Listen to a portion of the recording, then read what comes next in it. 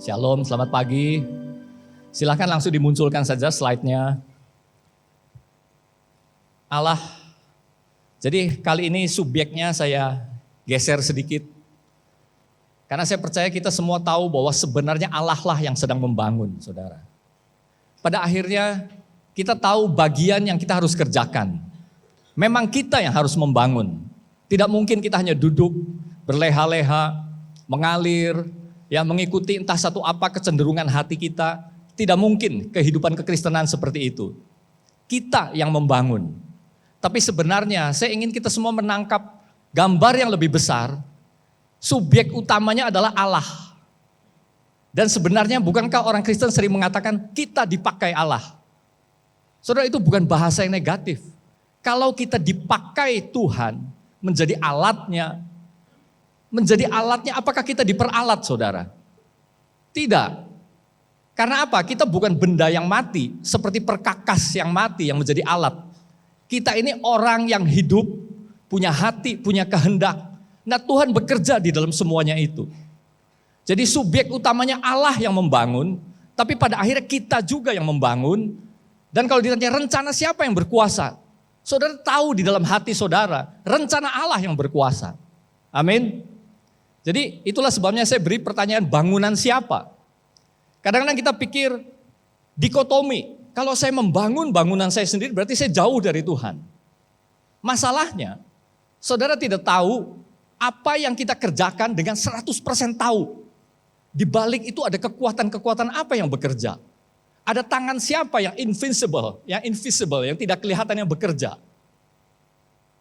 Alkitab menunjukkan, saudara, kalau kita pelajari sedikit demi sedikit, pada akhirnya di atas semuanya, bangunan yang berdiri adalah bangunan yang memang Allah kehendaki.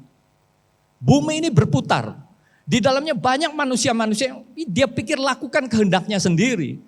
Tapi pada akhirnya kalau saudara lihat di kitab Wahyu, semua kekuatan ditarik, diseret, bahkan dipaksa, didirikan di atas bangunannya Tuhan sendiri. Ya. Baik, kita akan baca dulu teksnya supaya kita tidak lepas. Esra 1 ayat 1 sampai 6. Pada tahun pertama zaman Kores, raja negeri Persia, Tuhan menggerakkan hati Kores, raja Persia itu untuk menggenapkan firman yang diucapkan oleh Yeremia, sehingga disiarkan di seluruh kerajaan Kores secara lisan dan tulisan pengumuman ini. Beginilah perintah Kores, raja Persia. Segala kerajaan di bumi telah dikaruniakan kepadaku oleh Tuhan, Allah semesta langit. Ia menugaskan aku untuk mendirikan rumah baginya di Yerusalem yang terletak di Yehuda. Saudara ingat Pastor Diki sudah membagikan, ini Kores bukan orang Yahudi. Mungkin dalam konteks kita ini bukan orang Kristen misalkan. Tidak begitu mengenal Allah. Tetapi pengertian apa yang akhirnya dia tangkap? Dan akhirnya keputusan apa yang dia keluarkan? Siapa di antara kamu termasuk umatnya, Allahnya menyertainya. Biarlah ia berangkat pulang ke Yerusalem. Saudara, kita lihat bahwa sebenarnya dia akhirnya tahu bahwa ini golongan umatnya. Sebenarnya dalam hati kecilnya saya bukan. Saya punya raja sendiri, kekuasaan sendiri, tapi dia memberikan berkat. Ya, siapa di antara kamu termasuk umatnya, Allahnya menyertainya. Pakai kata ganti nya. Ya, bukan Allah kita, ya Allahnya. Yang terletak di Yehuda dan mendirikan rumah Tuhan, Allah Israel, yakni Allah yang diam di Yerusalem. Sekali ini pengertian dia pikir Allah itu hanya diam di Yerusalem. Ya, boleh dibilang seperti itulah kalau kita baca kalimat ini secara literal. Dan setiap orang yang tertinggal dimanapun ia ada sebagai pendatang, harus disokong oleh penduduk setempat, dengan perak dan emas, harta benda dan ternak, di samping persembahan sukarela bagi rumah Allah yang ada di Yerusalem. Maka berkemaslah kepala-kepala kaum keluarga orang Yehuda dan orang Benyamin, serta para imam dan orang-orang Lewi, yakni setiap orang yang hatinya digerakkan Allah untuk berangkat pulang dan mendirikan rumah Tuhan yang ada di Yerusalem. Dan segala orang di sekeliling mereka membantu mereka dengan barang-barang perak, dengan emas, harta benda dan ternak, dan dengan pemberian yang indah-indah selain dari segala sesuatu yang dipersembahkan dengan sukarela. Nah, saudara, Sebenarnya ini peristiwa yang kalau dilihat dari sejarah yang umum saja, ini itu kecil. Ezra mencatat bahwa yang pulang itu sekian puluh ribu. Ya. Orang Yahudi itu teliti sekali dalam mencatat silsilah terutama. Nanti kita akan berurusan dengan beberapa silsilah. Angkanya ada, tidak besar saudara. Bahkan sampai hari ini kalau kita tanya apakah Israel itu negara besar, penduduknya nggak sampai 10 juta. 9,7 sekian juta jiwa. Sama penduduk DKI aja kalah ya. DKI kalau siang itu kan semua dari sekitarnya kumpul itu belasan juta katanya. Luasnya ya tidak luas, sama Jawa Tengah aja katanya ya kurang lebih sama. Jawa Tengah saudara. Lalu ada apa di Israel? Minyak ya ada tapi sedikit. Maksudnya dari segala sudut pandang ukuran kita, ini kecil. Dan memang saya bersyukur beruntung bisa pergi ke sana. Ya memang serba kecil saudara. Taman Getsemani. Kan kita lihat ya. Saudara dibandingkan kebun raya Cibodas. Itu jauh lebih luas kebun raya Cibodas. Taman Getsemani itu loh batas-batasnya kelihatan. Saudara kalau saudara bahkan pada waktu musim dingin pergi ke sana. Naik bis sekian jam saja. Saudara akan bisa sampai dari titik di mana itu masih banyak salju, lalu turun ke laut mati, dan saudara bisa berenang di situ. Ya, jadi maksud saya kecil, ya di sana salju hanya sekian jam, kita bisa berenang.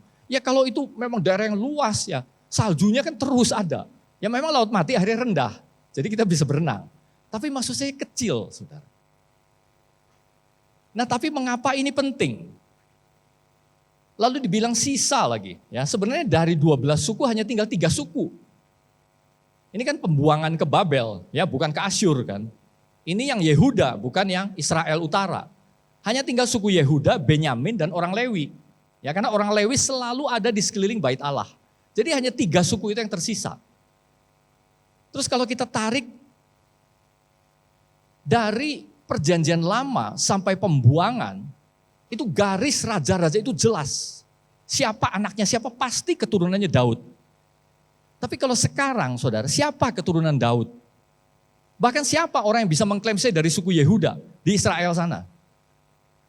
Saudara Netanyahu, dia mengklaim dirinya orang Yehuda. Ya tapi nggak ada buktinya. Ya depannya Benyamin kan, jangan-jangan suku Benyamin, bukan Yehuda. Ya. Genetik itu sudah bercampur, memang sengaja Tuhan campur. Tapi kalau pada zaman itu, saudara lihat silsilahnya jelas. Jadi kalau pada waktu itu sudah ada teknologi untuk periksa ini genetik nenek moyangnya, saya yakin garisnya akan dominan sekali. Memang ini dulunya ini Yakub.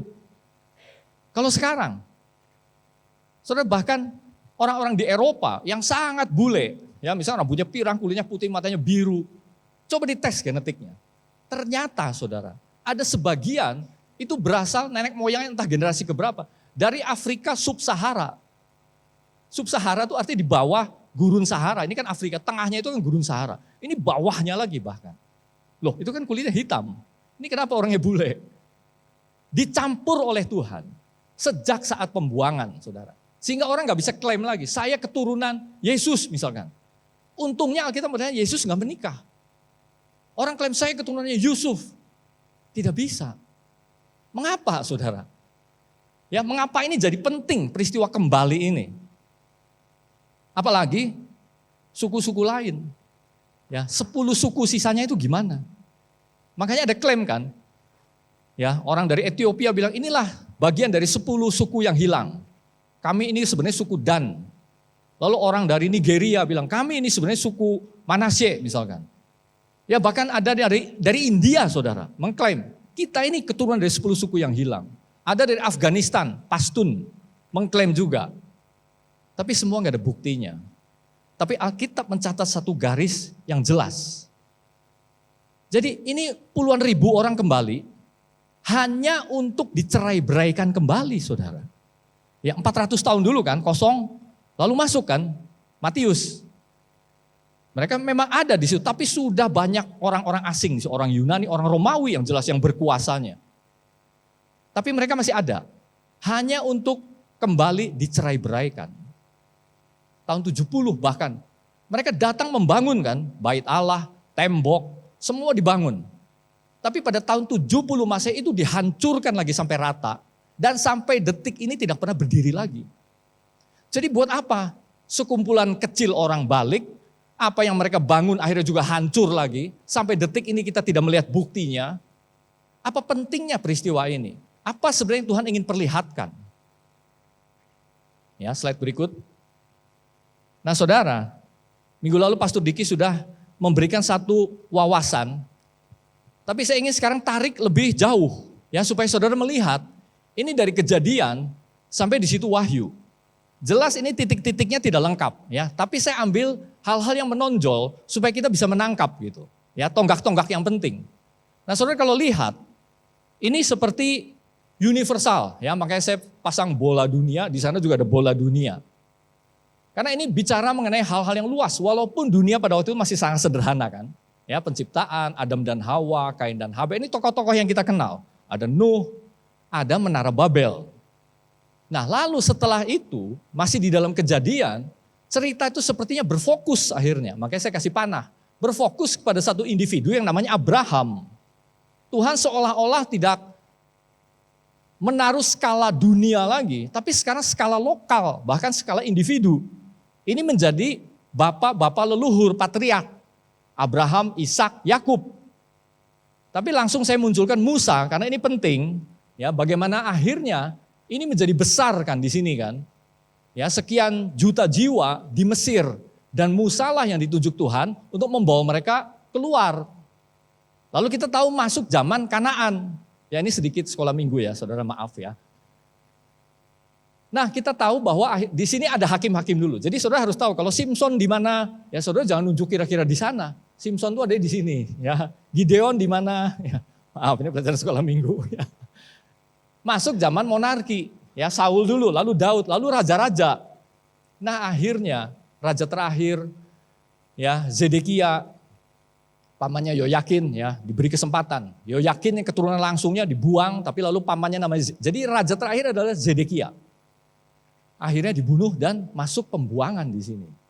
Setelah itu baru muncul yang kita bicarakan ini, ya Esra, Nehemia, ya Zerubabel itu kembali. Lalu di sini kosong lagi 400 tahun. Saudara, di sini juga sebenarnya ada kosong 400 tahun. Ya sampai Tuhan berbicara di semak belukar yang menyala itu kepada Musa, 400 tahun kosong. Dan kembali, setelah mereka kembali, ya makanya kalau saudara lihat kitab Maleakhi, isinya teguran semua. Karena mereka sih akhirnya pulang, waktu zaman Esra mereka nangis-nangis membaca kembali firman Tuhan, kembali kepada Yahweh, bertobat, ya karena kapok kan. Dari pembuangan, mereka tahu bagaimana rasanya dicabut, dihinakan, baiknya dihancurkan. Mereka kehilangan semua orientasi tujuan, kapok. Tapi tidak lama saudara, mereka ngaco lagi. Makanya Maleakhi itu di zaman paling gersang di sini. Sebelum akhirnya malaikat datang kepada Yusuf, itu bangsa itu berada dalam titik terendahnya. Begitu menyedihkan. Saudara baca teguran-teguran dari Maleakhi. Hal-hal yang prinsip sampai hal-hal yang praktis. Salah semua mereka. Tapi lalu malaikat datang pada Yusuf. Yesus Kristus. Nah saudara tahu setelah ini Yesus naik ke surga. Zaman Kisah Para Rasul. Ya tulisan-tulisan Paulus, Yohanes, Yakobus. Kita bisa baca di sini. Dan akhirnya Yohanes menulis kitab Wahyu. Tapi saudara apakah ini benar-benar lokal? Kalau saudara lihat. Abraham hidup di dalam satu peradaban yang besar, Mesopotamia waktu itu, Ur-Kasdim. Dunia yang lain itu masih sepi, saudara. Kalau saudara lihat peta dunia, masih nggak ada orangnya. Kalaupun ada orang itu nggak berarti sekali bagi peradaban. Peradaban titik pusatnya dunia adalah Mesopotamia. Jadi settingnya itu satu negara besar. Lalu sepanjang perjanjian lama, kalau saudara baca sebelum Esra saja, Yeremia, itu ucapan ilahi terhadap Moab. Ucapan ilahi terhadap Babel. Babel itu adalah negara raksasa pada waktu itu, pusat dunia. Jadi ternyata tidak sepenuhnya lokal. Tapi di tengah-tengah universal yang besar, ada satu garis yang kecil saudara. Sekali lagi kecil. Tidak berarti dalam sudut pandang manusia. Tapi itu Tuhan jelaskan di Alkitab. Orang sih nggak percaya, nggak ada tuh sejarah orang raja namanya Daud. Tapi ini adalah nyata bagi kita. Karena pada akhirnya nanti semua orang akan kecele pada waktu melihat itu digenapi, saudara. Kalau memang orang masih hidup. Garisnya Tuhan tidak akan pernah gagal. Ya. Nah, jadi ini gambaran umum.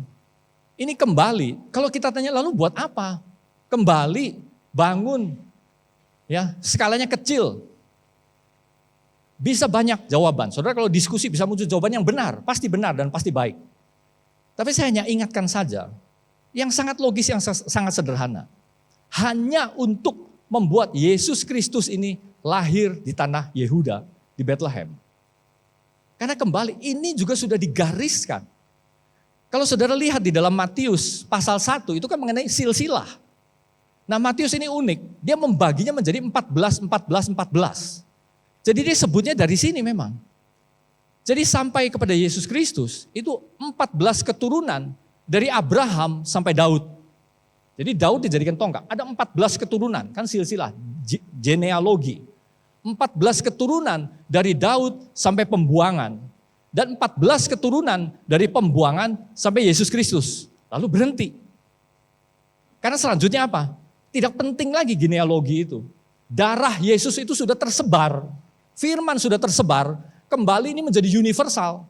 Pada akhirnya di dalam Wahyu ini seluruh dunia yang Tuhan bungkus, Tuhan taruh, Tuhan genapi di dalam rancangannya. Jadi 14 keturunan. Jadi sebenarnya secara gampang saja, mengapa mereka harus kembali? Supaya Yesus Kristus lahir di Bethlehem. Karena itu juga ditulis di dalam Matius, saudara. Ya, kalau saudara baca 2 pasal pertama saja dari Matius, pasal 1 dan pasal 2, sedikitnya ada 5 kali dikatakan hal itu terjadi supaya genaplah yang difirmankan Tuhan oleh Nabi. Supaya genaplah firman Tuhan yang disampaikan, yang ditulis, diperkatakan oleh Nabi. Saudara, kalau kita pikir berarti Tuhan itu menggenapi. Dunia ini tidak acak. Dunia tidak bergantung pada respon-respon, reaksi-reaksi dari manusia. Itu pasti terjadi. Tapi pada akhirnya ingat ini garis, saudara. Saudara perhatikan garis kuning ini. Tuhan yang melakukannya. Memang kita ini alat, tapi alat yang hidup, alat yang berharga, alat yang dibukakan isi hati Tuhan. Sehingga kita beroleh kasih karunia untuk menangkap, saudara. Dari sekian banyaknya orang bodoh di dunia ini, kita menjadi orang yang berhikmat. Karena mata kita dicelikkan, hati kita itu dibuka. Sehingga hati kita itu merengkuh boleh dibilang. Mengambil tujuan Tuhan untuk menjadi tujuan hidup kita juga. Jadi tidak ada dikotomi. Pada akhirnya kita mengadopsi, ya Tuhan, yang Engkau tujukan itu menjadi tujuanku sekarang. Apa yang Kau pedulikan menjadi kepedulianku saat ini. Tuhan mengimpartasikan hatinya. Itulah hidup orang percaya. Jadi gak ada dikotomi lagi, ini kehendakku, ini kehendak Tuhan. Kehendak kita akhirnya menjadi satu dengan kehendak Tuhan. Amin, saudara. Jadi hanya, tadi 5 kali ya. Misalkan contohnya, sesungguhnya anak darah itu akan mengandung dan ini waktu malaikat datang kepada Yusuf. Ya, jangan diceraikan karena itu anak yang dikandung dari Roh Kudus. Lalu dikatakan Matius mencatat perkataan dari Yesaya ini ya. Sesungguhnya anak darah itu akan mengandung dan melahirkan seorang anak laki-laki dan mereka akan menamai dia Immanuel. Itu mengutip dari Perjanjian Lama. Lalu pada waktu Herodes tanya, ya sama ahli-ahli Taurat, di mana nih? Di mana? Kan orang Majus datang, ada raja lahir. Wah, di mana ya? Di mana? Langsung ahli-ahli Taurat menunjuk di Bethlehem tanah Yehuda karena ada tertulis. Itu kalau nggak salah Mika. Ya. Dan engkau Bethlehem tanah Yehuda, engkau sekali-kali bukanlah yang terkecil di antara mereka yang memerintah Yehuda. Karena daripada mula akan bangkit seorang pemimpin yang akan menggembalakan umatku Israel. Nubuatan lagi, tulisan nabi, tulisan di zaman lampau. Lalu kita lihat ada drama itu mencakup hanya keluarga ini, Yusuf, Maria, Yesus. Lari ke Mesir kan. Lalu dari Mesir balik, digenapi lagi. Supaya digenapilah yang dikatakan dalam kitab Nabi, dari Mesir kupanggil anakku. Peristiwa kembali itu jadi ada tulisannya dulu. Mengapa harus ke Mesir dulu? Supaya menggenapi ini saudara. Kalau secara logika, Hanya demi menggenapi satu baris kata, ini satu keluarga dibikin susah. Banyak bayi yang dikorbankan. Ya, itu perspektif kita. Tapi perspektif Tuhan kita nggak tahu kan. Saudara ingat, pembunuhan bayi-bayi ini menyedihkan kan. Terdengar suara dirama, ratap dan tangis yang amat sedih. Rahel menangisi anak-anaknya. Supaya ada tertulisan ini digenapi. Dan akhirnya waktu Yesus datang, takut.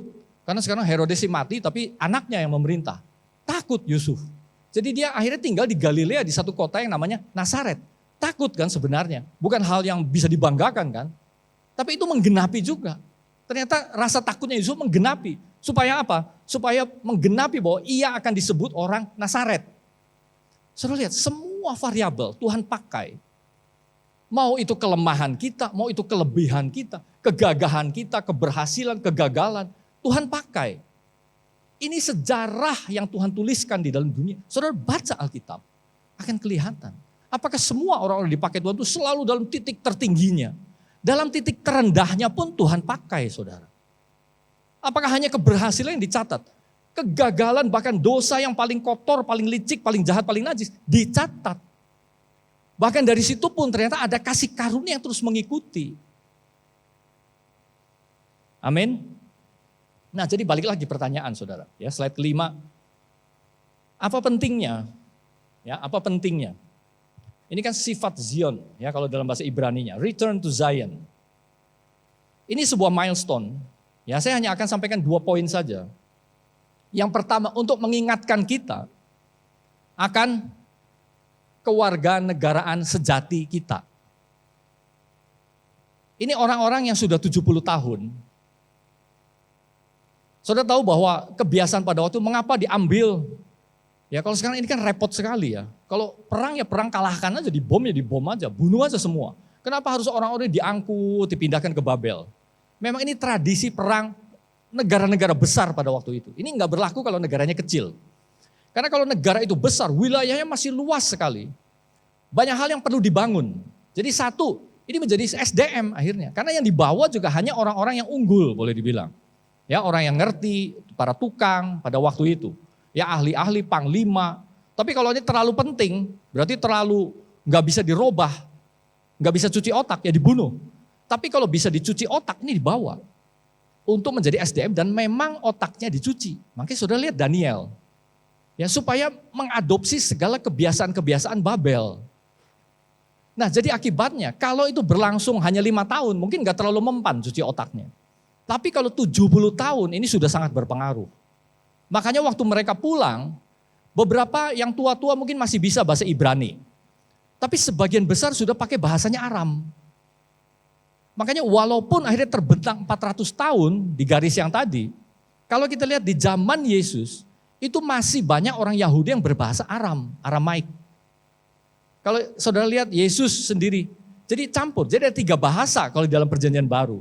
Aramaik, Aram, ada Ibrani sendiri yang akhirnya berhasil dibangkitkan kembali, dan ada Yunani, bahasa yang paling populer pada waktu zaman itu, Yunani Romawi kan. Yesus waktu membangkitkan anak perempuan Yairus, dia bilang talitakum, ya saudara ingat? Nah, itu ditulis dalam bahasa Aram itu saudara. Waktu di atas kayu salib, Yesus bilang Eloi, Eloi, lama sabachthani, itu bahasa Aram. Jadi ternyata Yesus pun campur. Nah ini kan dampak dari pembuangan itu. Boleh dibilang mereka sudah mengadopsi ini budayanya. Nah jadi saudara, tadi ingat bahwa di lingkaran yang paling bawah itu kan Menara Babel. Ya, ini dia, Menara Babel. Saudara ingat, memang Babel, tapi ini Babel yang dibangun hanya satu kota yang dibangun oleh orang namanya Nimrod. Tapi akhirnya orang-orang yang belajar, percaya bahwa Nimrod ini, waktu dilukiskan pemburu yang gagah perkasa di hadapan Tuhan, itu konotasinya atau makna yang sesungguhnya adalah orang yang melawan Tuhan. Di hadapan itu akhirnya di tafsir ini memang gak ada di Alkitab, tafsiran ini ya maaf saya ambil dari sumber lain. Tapi akhirnya banyak studi sejarah menunjukkan, memang ini kan akhirnya, kalau saudara tahu ini Menara Babel, apa yang orang bangun di sini? Ya, sudah banyak khotbah yang membahas mengenai orang jangan membangun Menara Babel. Karena apa? Karena itu melawan Tuhan. Pertama-tama Tuhan suruh mereka terserak, ya supaya ada pemerataan. Banyak tempat-tempat yang dibangun, mereka lebih suka ngumpul.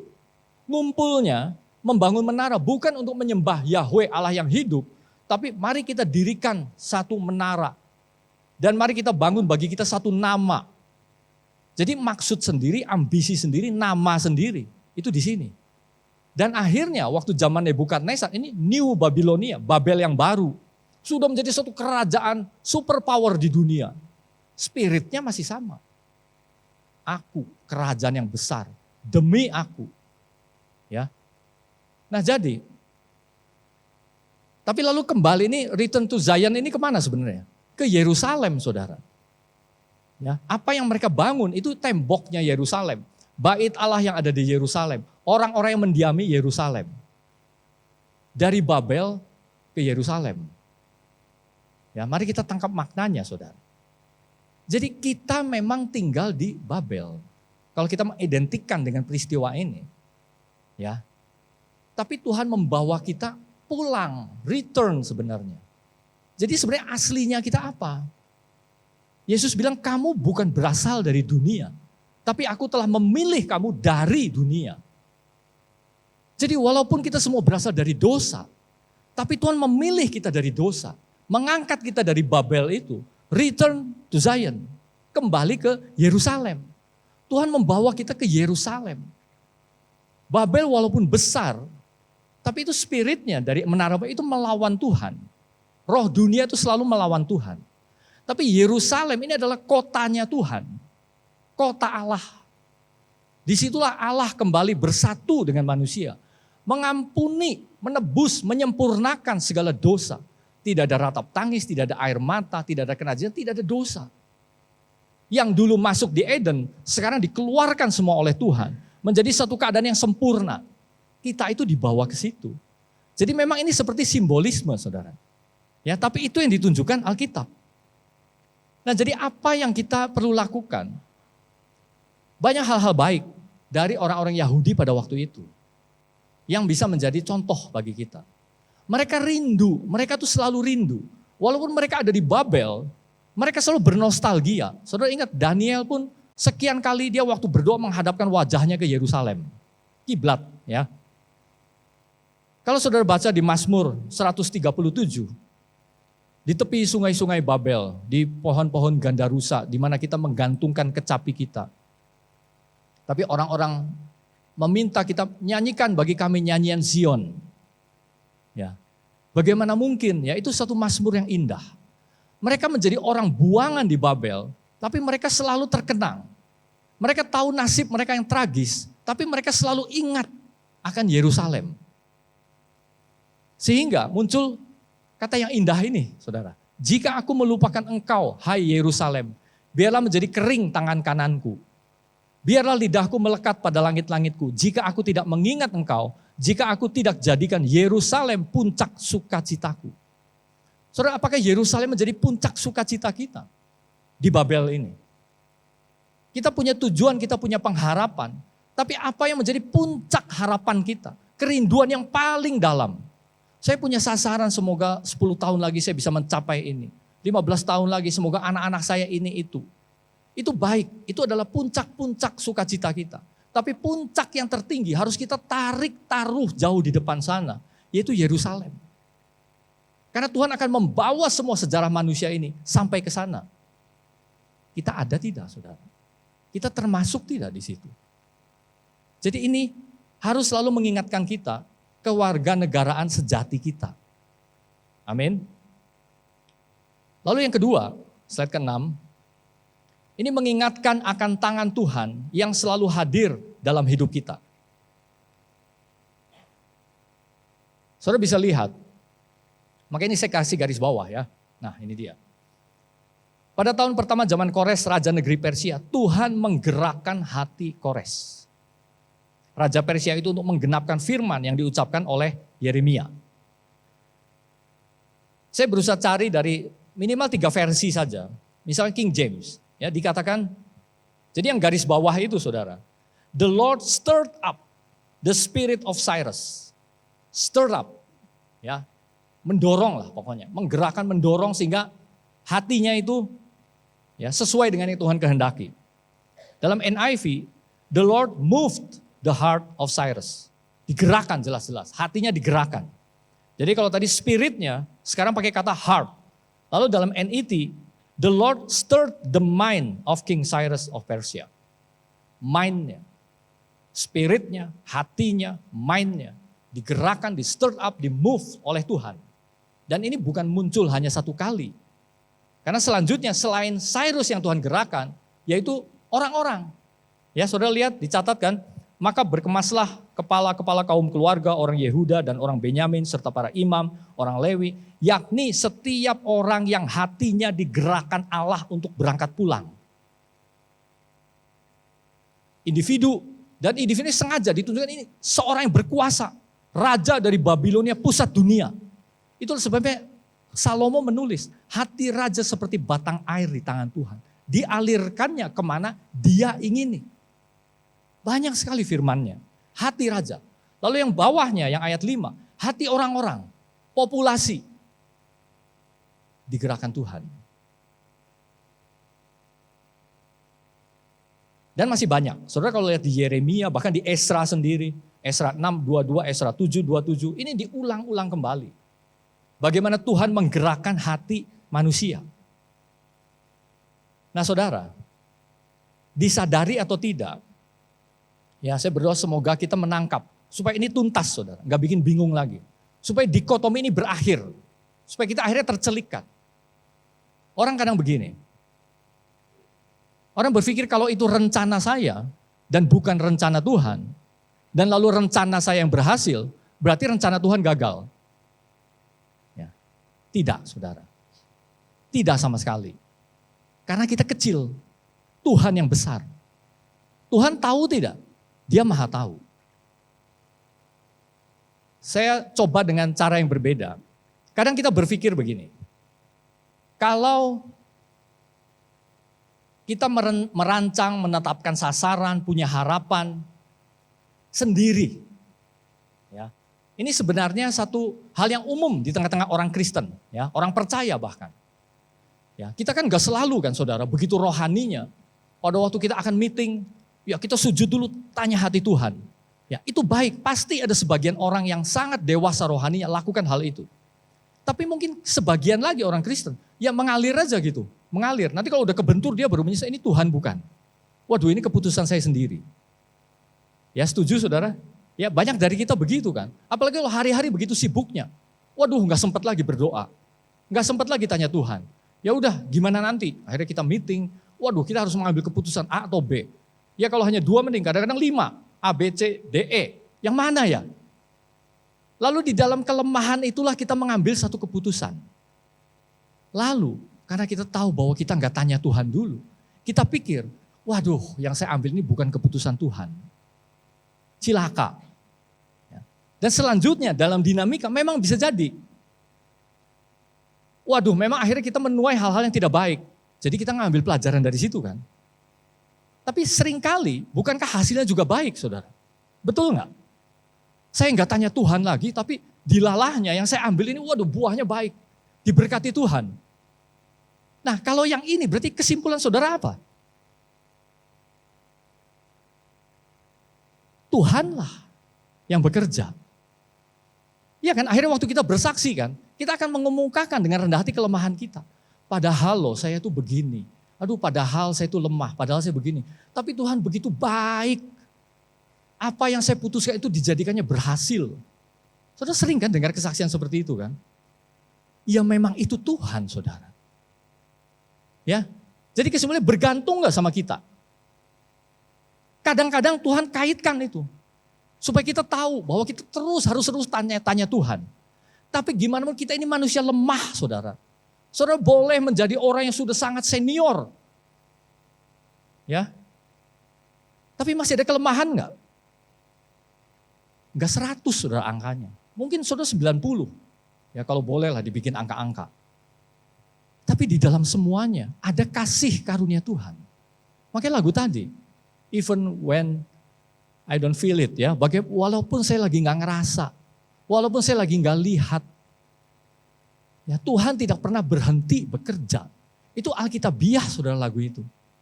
Bukan sekedar nyanyian, bukan sekedar hanya coba kita tarik yang lebih luas saudara. Kaitkan. Karena begini, coba saudara bayangkan. Kalau Tuhan memakai satu hukum yang saklek. Kalau kamu ambil keputusan tanpa bertanya kepada saya, maka silahkan karepmu dewek. Ambil semua tanggung jawabnya. Lalu kita hanya kebentur, jatuh. Sampai akhirnya apes. Bagaimana kalau Tuhan pakai cara yang saklek itu saudara? Itu berarti apa? Semuanya bergantung pada kualitasmu. Ingat. Jadi apeslah kita yang kualitasnya kurang, saudara. Hidup kita akan apes terus. Tapi di dalam semua kelemahan kita, toh tangan Tuhan juga yang bekerja. Ya. Saudara, kalau saya pikirkan, ya sekarang ini saya sudah sering katakan mungkin di berbagai, mungkin di Setara. Daud, ya, the man after my own heart, seseorang yang berkenan di hatiku. Kalau kita pelajari, ini sebenarnya Daud itu kan dosa, ya. Saya coba nih dengan cara berpikir saya yang terbatas antara Saul dan Daud. Sebenarnya saya lebih setuju bahwa dosanya Saul itu lebih kecil sebenarnya, ya. Daud coba jahatnya sampai kayak gitu. Dia naik ke loteng di soto istananya, ya, naik ke tingkat atas. Ya, lihat-lihat gitu. Ya. Lihat Batsheba. Ya, saudara. Bukan hanya di dalam dosa perzinahan. Selalu dia merancang intrik yang bahkan melibatkan Yoab panglimanya kan. Coba. Suaminya, orang yang begitu setia kepada Daud, seorang panglima yang gagah perkasa yang selalu, ini orang selalu rela berkorban. Ini pangkatnya mungkin kolonel atau brigjen gitu ya. Paling depan, ini orang yang paling berani. Dipakai intrik supaya dia mati, supaya istrinya bisa dia ambil, saudara. Ini jahat enggak? Tapi lihat kasih karunia Tuhan, saudara. Bahkan dari Batsheba, ini istrinya Uria, sampai disebut Batsheba istri Uria, lihat di Matius, saudara. Kalau ada beberapa perempuan yang disebut, salah satunya Batsheba istri Uria. Maksudnya supaya kita enggak lupa, Batsheba ini dulunya istri siapa. Dan apa yang dilakukan Daud. The man after my own heart itu. Dari Batsheba, akhirnya lahir Salomo. Akhirnya lahir raja-raja Yehuda sampai Mesias. Coba saudara, ini kasih karunia di tengah-tengah dosa yang begitu besar. Saudara. Ya tapi bapak-bapak jangan suka naik loteng ya. Ya pikirnya ya gak apa-apa lah nanti Batsheba akhirnya ya jangan ya saudara. Menyedihkan kan, sangat pahit kan. Jadi hukum menabur, menuai itu ada saudara. Dia tuai saat itu, tapi tetap. Jadi Tuhan menetapkan banyak hukum kan. Ya, hukum moral, bahkan hukum alam. Ya, kalau saya lompat dari sini kepala dulu di bawah, ya sudah pasti minimal sekian persen geger otak. Apalagi kalau ini gak ada karpetnya. Itu hukum alam kan, mengikat kita. Demikian juga hukum menabur, menuai. Tapi di atas segala hukum-hukum ini, prinsip-prinsip ini, tetap ada kasih karunia yang berkuasa, saudara. Itulah sebabnya kita kenal namanya mujizat kan. Mujizat itu supranatural, berarti tidak tunduk di bawah hukum natural. Orang sudah sakit sedemikian ya harusnya mati gitu. Makanya coba, selalu ini dokter tuh heran, ya karena dokter pakai hukum yang natural. Makanya itu disebut mujizat, loh kenapa sembuh? Loh mana benjolannya, mana kankernya? Sembuh saudara. Itu kan kasih karunia mengatasi segala hukum-hukum ini. Termasuk hukum maut di sini. Hukum dosa dan hukum maut dikalahkannya. Dan siapa saudara yang menerima kasih karunia begitu besar? Siapa? Kitalah. Karena kita tidak layak. Kita ini jauh dari sempurna. Kita ini penuh dengan kelemahan, kegagalan. Kita mengaku orang percaya, kita berapa persen saudara dalam hidup kita. Kita itu tidak percaya lagi. Padahal itu di hadapan kita diperlihatkan begitu suram, begitu mengerikan. Saudara saya sering alami. Sampai saya tuh kehilangan kepercayaan. Tuhan kau kan pembuat mujizat. Tapi ini yang saya lihat ini begitu mendesak saya. Ini begitu mengkhawatirkan. Semua sumber-sumber mengatakan, sudahlah ini hancur, ini suram, ini pahit, ini hitam gelap. Tapi Tuhan menolong saudara. Sampai kita semua masih bisa ada di tempat ini hari ini. Saudara, itulah cara kita memahami kasih karunia. Jangan pakai transaksional. Allah kita bukan Allah yang bertransaksi. Hukum itu diperlihatkan, Ulangan 28, berkat dan kutuk. Itu diperlihatkan untuk memandu kita. Dan pada akhirnya untuk memunculkan kebenaran Allah. Kalau kebenaran Allah dimunculkan, maka akan muncul yang tidak benar, saudara. Untuk menuduh dosa, itu gunanya hukum Taurat. Pilihlah. Tuhan menyuruh kita memilih, berarti itu supaya kita tahu perintahnya. Sekaligus supaya kita tahu bahwa kita gagal. Dan itu yang terbukti kan. Sudah diperlihatkan berkat dan kutuk. Tapi mereka masih pilihnya kutuk. Ampun gak manusia itu? Supaya terbukti apa? Di mana dosa berlimpah-limpah, di situ kasih karunia berlimpah-limpah. Supaya terbuka satu pintu. Saudara kalau gak ada standar, Tuhan gak bilang ini jangan, ini lakukan. Orang buta kan bingung. Tuhan kita itu seperti apa? Apa semua abu-abu gitu. Tapi Tuhan pilih hitam dan putih, suruh kita pilih. Hanya untuk membuktikan bahwa akhirnya kita gagal. Hanya untuk menunjukkan bahwa disitulah kasih karunia Allah itu masuk. Menebus segala kegagalan. Mengangkat segala ketidakbisaan, kelemahan, kenajisan, kekotoran, kebodohan kita. Sebagai orang. Bahkan sebagai orang percaya, saudara. Ya. Nah, maaf. Baik, kita terus saja. Ya, slide terakhir. Jadi ini dua hal. Ini wisdom yang kita perlu lakukan. Mari membangun dunia. Ya. Saudara, kita nggak bisa membangun sorga. Ya, karena kita belum sampai ke sana. Ya, dunia yang sorgawi itu nanti, saudara. Tapi memang kita lahiriah kan. Ya, kita ini makhluk-makhluk alamiah. Kita bekerja kan. Kita punya karir. Kita punya kesibukan dari hari ke hari. Bangun dunia. Tapi tujuannya tujuan sorga, saudara. Ya, ini satu kalimat sederhana tapi bisa banyak sekali dikatakan di sini. Ya, seperti apa kita membangun sorga. Nanti akan muncul dalam, ya saya yakin dalam khotbah-khotbah mendatang. Jadi ingat ya tadi, kewarganegaraan sorgawi sebagai identitas kita. Ya, jika aku melupakan engkau, hai Yerusalem. Itu artinya orientasi selalu Yerusalem kota Allah itu. Amin. Yang pertama ya.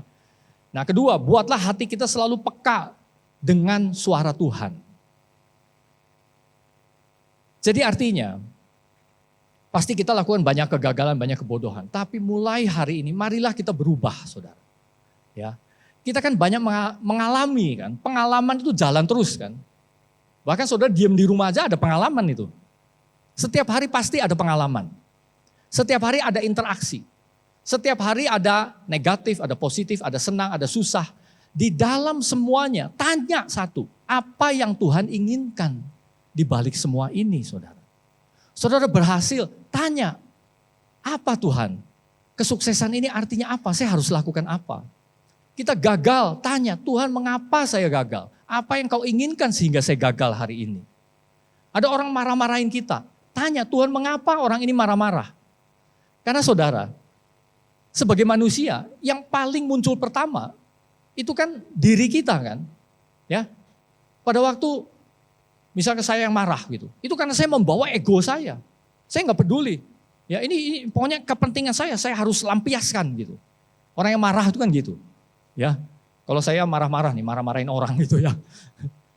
Tapi saudara, bisakah saya dorong? Bahkan di dalam kita, sesudah marah-marah, ya tanya Tuhan, apa yang Tuhan inginkan? Apa yang Tuhan ingin saya belajar?